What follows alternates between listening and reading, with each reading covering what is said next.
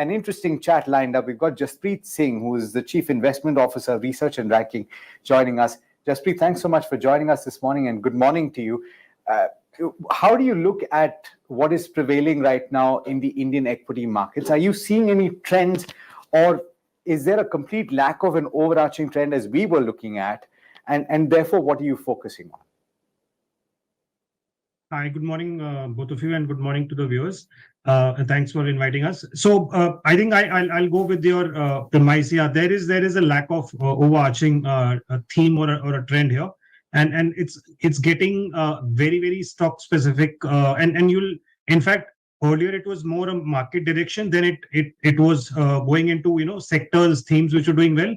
And now over the last few days, it's gone even deeper, and it's been very stock specific. So I guess that might continue in the near future, because clearly, there doesn't seem to be any big drivers in the very near term. And when I say that, I mean the next 2 or 3 months. And at the same time, there are no big hurdles at the same time. So be it interest rates, inflation, the crude, any geopolitical, good or negative news. There's nothing one can really point out that this is going to be a road breaker, or at the same time this is going to lift this thing. The good thing, the one shining spark that I can clearly see and may want to highlight is the quarterly earnings at an index level, Nifty 200, Nifty 500, that continues to give a ray of hope. So even the top line growth, let's say for the last quarter, first quarter of this financial year, was in high single digit. But the net profit growth was clearly 20, 25, 30% on a YOY basis higher, any index you look at it. So I think that's a ray of hope. And if that continues, there's no reason to believe we should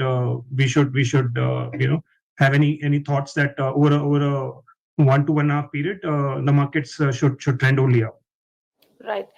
Jaspreet, point well taken. And as you mentioned that, yes, it is a stock pickers market, but clearly, investors want to invest in the market at current levels.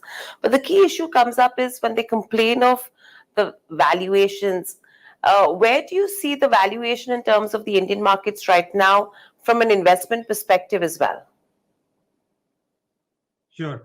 So, before I talk on valuations, I think the one thing that I hear continuously is or frequently, and we read often, is that we are, closer to 1 SD or, 2 standard deviation, etc., versus, let's say, a 10 or a 20 year. So my limited point here that would be, we've never been in this dominant position ever in that 10 or 20 year past. By which I mean, let's say, the facts, right? We are the 5th largest economy in the world, growing at 6.5-7%, by far distant versus the number 2.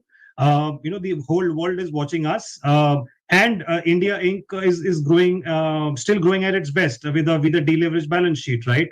And per capita moving up significantly. So with that, all that context in mind, the mean or the averages will go up, and the current number will go up. So even if I take a 20x Nifty PE on a 1 year forward, which is March 25 Nifty EPS, let's say it's around between 1,070, 1,080 rupees.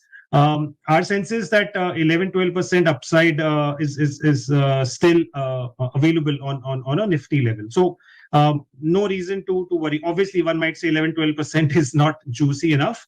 But as I said, one can always do staggered buying, staggered approach, and at the same time look at more stock specific, look at more themes. So that can help build a reasonably good portfolio. And anyways, who said wealth will be made from a 1 year? We can always look at a 3 to 5 year to make reasonable wealth, and not a 1 year. No doubt, absolutely.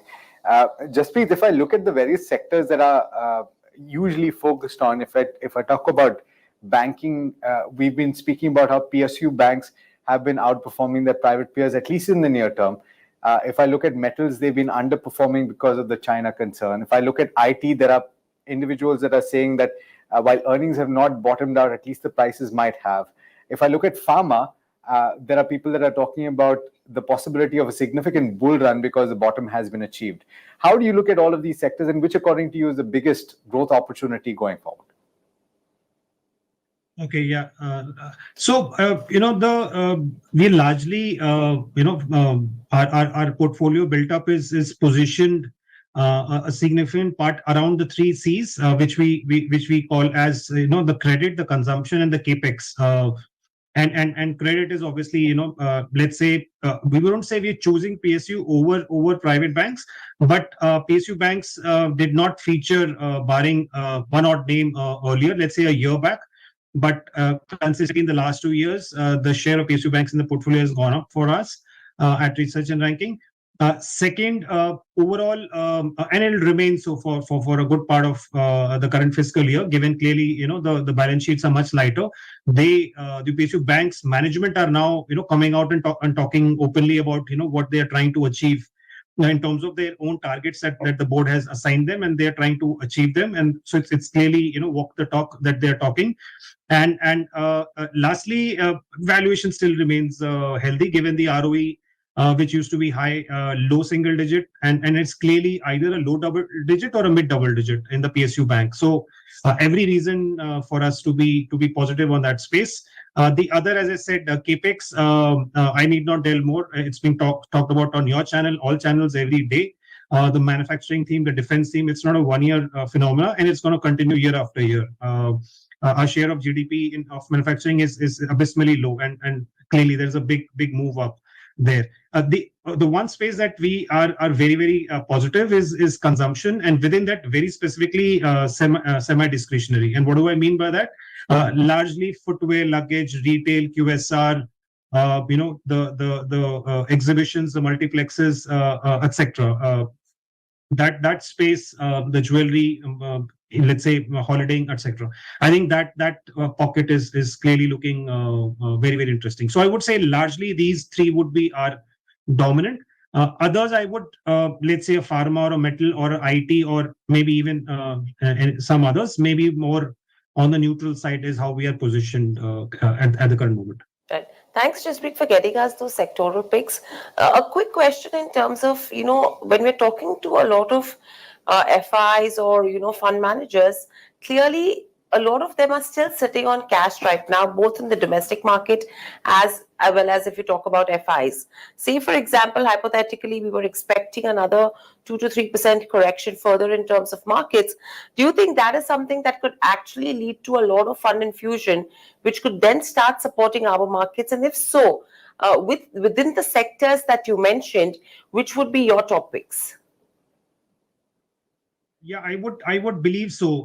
2 to 3% correction would mean let's say a slightly more correction in specific sectors, whichever be the pockets of choice, and within that, obviously the individual stocks might be correcting a little more, and that might become attractive enough for some of these FIs and long only mutual funds or funds to bite into. So I think yes, the answer to that question would be yes.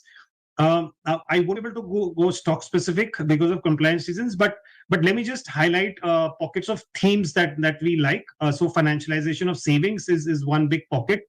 The per capita moving up from $2,300 to almost doubling over the next a couple of years, that would be the second one.